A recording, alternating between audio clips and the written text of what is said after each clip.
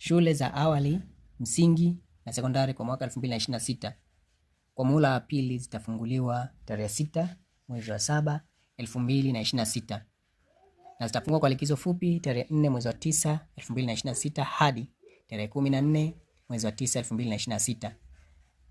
Alafu kwa muhula wa pili zitafungwa rasmi tena tarehe 4 mwezi wa 12 2026 kujiandaa kwa mihula ya 2027. Hii ni kulingana na kalenda ya mihula za masomo iliyotolewa mwaka 2025, ambayo pia ni waraka wa elimu namba 6 wa mwaka 2025 kuhusu kalenda ya mihula ya masomo kwa shule za awali, msingi na sekondari kwa Tanzania nzima. Kwa hiyo haijalishi ni private au ni shule za serikali, ratiba ni moja inatumika, ambayo ni hii kwamba shule zitafunguliwa tarehe hiyo, tarehe 6 mwezi wa 7 2026, na kufanya muhula wa pili kuwa na siku 98 za masomo, wakati ule muhula wa kwanza ulikuwa na siku 96 za masomo. Hivyo idadi za siku za masomo kwa 194. Kwa wale ambao walikuwa wanapata changamoto kidogo kuelewa ni lini, kuna mwongozo kabisa, waraka wa elimu namba 6 wa 2025 unaelezea kabisa kuhusu ratiba zote za masomo